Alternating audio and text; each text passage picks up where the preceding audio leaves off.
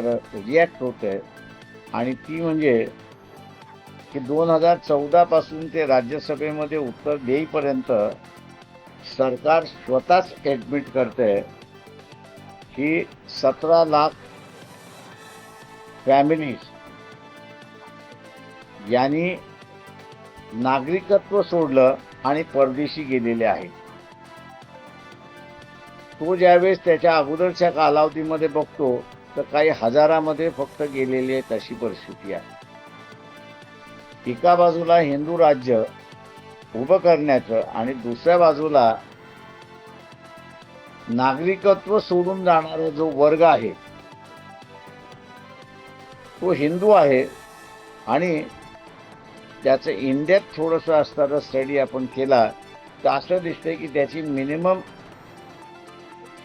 Holding capacity he 50 crores and above आहे अशी परिस्थिती आहे.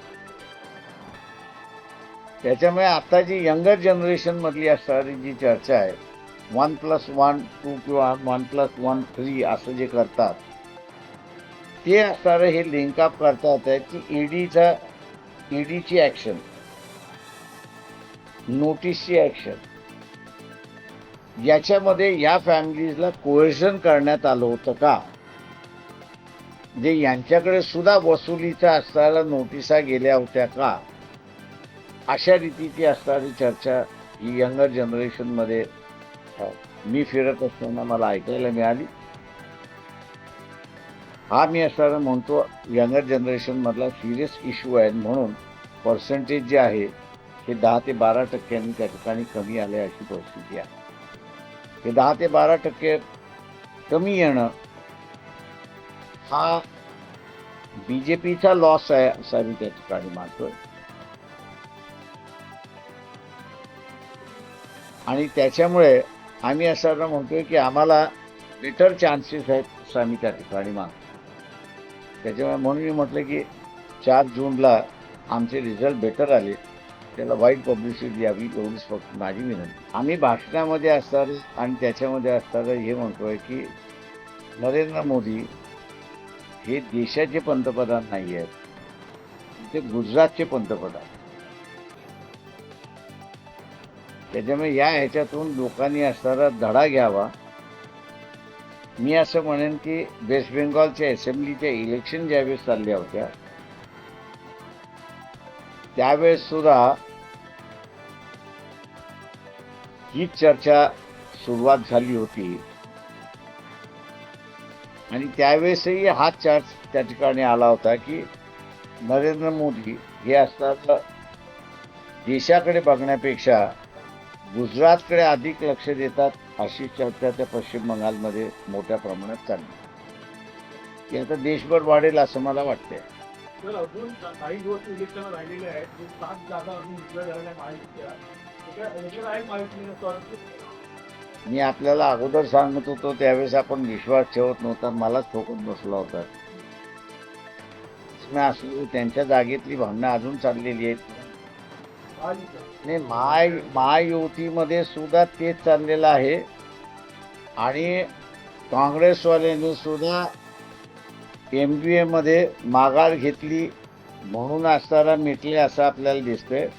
म्हणून मी आपल्याला म्हणालो की त्या दोघांचं भांडण आहे. म्हणजे सेनेचं काम बीजेपी करत नाही, सॉरी काँग्रेस करत नाही आणि काँग्रेस काम शिवसेना करत नाही अशी परिस्थिती.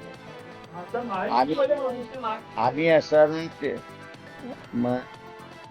मध्यंतरी असताना एक भूमिका अशी घेतलेली आहे आणि काँग्रेस पक्षाचं एका बाजूला शिवसेना आणि दुसऱ्या बाजूला NCP यांनी सँडविच केलेलं आहे. तेव्हा काँग्रेसच्या कार्यकर्त्यांना आम्ही असणारं आव्हान करतोय की सप्टेंबरमध्ये विधानसभा आहे, सप्टेंबर-ऑक्टोबरमध्ये विधानसभा आहे. त्या विधानसभेमध्ये वंचित बहुजन आघाडी आणि काँग्रेस एकत्र लढू शकते. तेव्हा नाराजी जी आहे ती आपण काढा, पण वंचितला मदत करा असं आम्ही आवाहन करतो.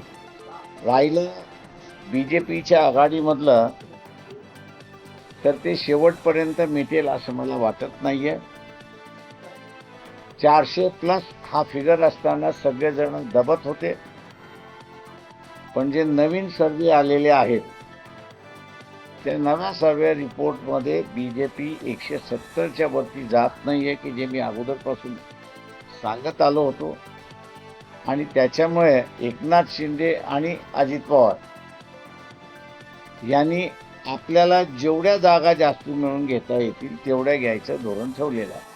तर मी असं विधानसभेमधलं मांडतोय. फर्स्ट 2 फेज झाल्या, तिसरी फेज चालू झाली आहे, चौथी फेज चालू होईल, पाचवी चालू होईल. काँग्रेस अक्षरशः काँग्रेसचे जे काही कार्यकर्ते त्यांची भेट होत असते त्यावेळेस ते व्यथित आहेत असं स्पष्टपणे त्या ठिकाणी दिसतंय. आणि त्यांच्या लिडरशिप म्हणजे स्टेट लिडरशिपवरती ते नाराज आहेत अशा रीतीने वक्तव्य खाजगीमध्ये ते करतात. आणि म्हणून असं आम्ही त्यांना सगळं म्हणतोय की विधानसभेमध्ये आपण एकत्र बसून लढता येईल तेव्हा आतापासूनच वंचित बरोबर आपण जोडायला सुरुवात करा अशी आम्ही त्यांना ऑफर दिली. पण महाविकास आघाडीचं विधान भवनात विधानसभेच्या वेळी तेव्हा आपण पुस्तक घडतात. ते म्हणून म्हटलं ना आता काही ते राहील असं मला दिसत नाहीये. ज्या पद्धतीने असणारं वक्तव्य शिवसेनेकडून आणि काँग्रेस दोघांकडून झालेला आहे. लोकसभेच्या तोंडावरती आपण वेगळी भूमिका घ्यावी आणि ती आपल्याला देशभर अडचणीत होईल त्याच्यामुळे ते कॅरी ऑन करतात आहेत. पण विधानसभेमध्ये वेगळं होतील असं माझा म्हणणं आहे. ते पॉलिटिकली माझ्या अंदाजानं जे आहे ते आत्ता आपल्याला काही सांगता येत नाही, रूल आउटही करता येत नाही. आम्ही आत्ता असताना फक्त जे काँग्रेसचे जिल्हा स्तरावरचे जे नेते आहेत आणि ते भेटतात आहेत आणि ते जे म्हणतात आहे त्यांना आम्ही असं हे सांगतोय की विधानसभेमध्ये आपण एकत्र येऊन लढू शकतो.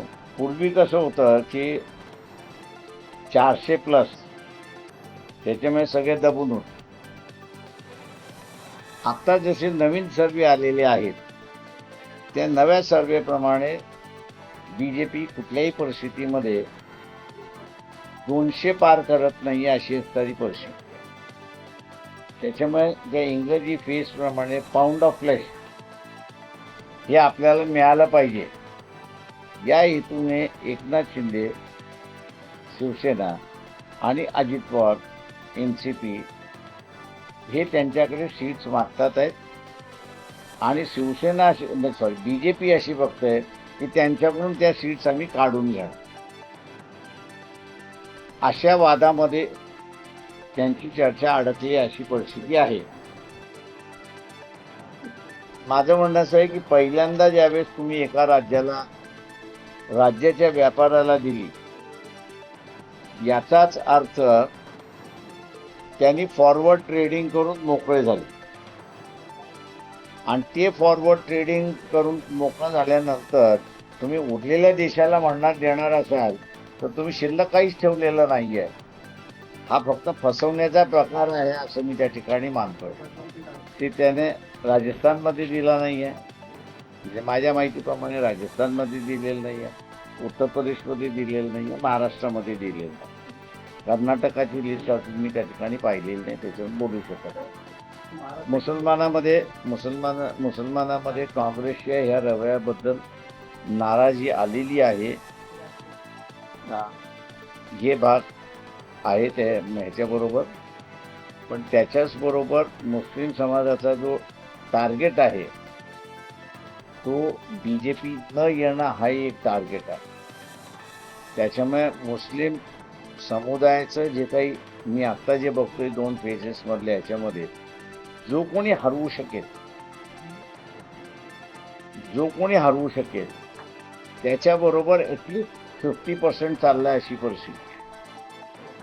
त्याच्यामुळे 50%नी ट्रेडिशनल काँग्रेस सोडली अशी परिस्थिती आहे. बरेच काँग्रेसमधले आहेत लोक जे बाहेर पडण्याच्या मार्गावरती आहेत, पण ते उंबरठा ओलांडतील का हा मला जरा डाऊटफुल आहे. जर तुम्ही महाविकास आघाडीमध्ये सांगितलं की लोकसभेनंतर महाविकास आघाडी जाणार नाही त्याचं माहितीचं काही वाटत होत काही जागा ज्या पद्धतीने सांगतायत एक दोन दिवस एक एक असं आहे की मी जे अं, मोदी निवडूनच आले नाही, म्हणजे त्यांचं सरकार निवडून आलेलं आहे माझं म्हणायचं. तर आता जे बांधून ठेवलेलं आहे इन्क्वायरीच्या नावाखाली, ती बंदिस्त संपली. त्याच्यामुळे ती बंदिस्त संपल्यामुळे प्रत्येक जण आपापलं अस्तित्व दाखवायला सुरुवात करेल आणि तिथेही कदाचित बीजेपी सेंट्रलमध्ये गव्हर्नमेंट फॉर्म झालं नाही तर एकनाथ शिंदे आणि अजित पवार हे वेगळे निवडणुका लढतील. म्हणजे मुंबईमधून मध्य रेल्वेला धर्मोबाजी पण तुम्ही त्यांना सपोर्ट करायला राजकारणामधले असतं काहीच नसतं, पार्टी म्हणून असतं. तर हिंदीने हे काम केलं आता आगामी काळामध्ये आपण सध्या दिव्यांच्या तिथे सभा काय होणार आहे का? हो, हे आता माझ्या 1 तारखेपासून माझा दौराच आहे सगळ्या मतदारसंघामध्ये. बीजेपीने तो करूनच दाखवावा असं माझं म्हणणं आहे. आणि ती त्यांच्याच पायावरती होंडा मारून घेतील असं मला वाटत नाही. समान नागरिक कायदा आला तर तो पार्लमेंटचा कायदा आहे आणि संविधानाने प्रत्येक याला धर्माला प्रोटेक्शन दिलेलं आहे, त्यांच्या पर्सनल लॉला प्रोटेक्शन दिलेलं आहे. अट एवढीच आहे की तुमचे पर्सनल लॉ आणि कॉन्स्टिट्युशनल प्रोव्हिजन याच्यामधला टकराव जो आहे तो टकराव तुम्ही अवॉइड केला पाहिजे किंवा त्या पद्धतीने तुम्ही मोड केला पाहिजे अशी परिस्थिती आहे. तेव्हा कॉमन सिव्हिल कोड हा ख्रिश्चन, मुस्लिम, जैन, शीख, बुद्धिस्ट आणि हिंदू या ह्याच्यापैकी जे ऐच्छिक म्हणतील की आम्हाला लागून घ्यायचं आहे त्यांनाच तो लागू होईल. ज्यांनी असं म्हटलं की नाही आम्ही आमच्याच ह्याच्यामध्ये राहू त्यांना तुम्ही फोर्स करू शकणार नाही. त्याच्यामुळे आम्ही असं म्हणतोय की कॉमन सिव्हिल कोड हा जर अंमलबजावणी झाली तर लॉस हा बिगेस्ट लॉसचा RSS आहे. त्याच्यामुळे माझं चॅलेंज आहे की त्यांनी असं करूनच दाखवावं. मुंबईत असं टीका होत होती, खालच्या पातळी होती तर तितका होणार नाही. त्याच्यामुळे आम्ही असं लोकांना आम्ही म्हणतोय की काका जोशी आम्ही असं उभे केलेले आहेत. शिक्षक पेशामधले आहेत, त्यांचं स्वतःचं असणारं एक फार चांगलं आंदोलन तिथे असणारं करतात. भटशाही भिक्षुशाही गावागावातून निर्माण करण्याचं त्यांचं असणारं कार्य गेली 10 वर्ष ते कार्य करतात. जे लोकांनी विधायक कार्य करणारे काका जोशी यांना स्वीकारावं असं मी तिथं आवाहन करतो. टाइम्स डिजिटलला लाईक करा, सबस्क्राईब करा, शेअर करा आणि बेल आयकॉन दाबायला विसरू नका. पाहत रहा टाइम्स डिजिटल.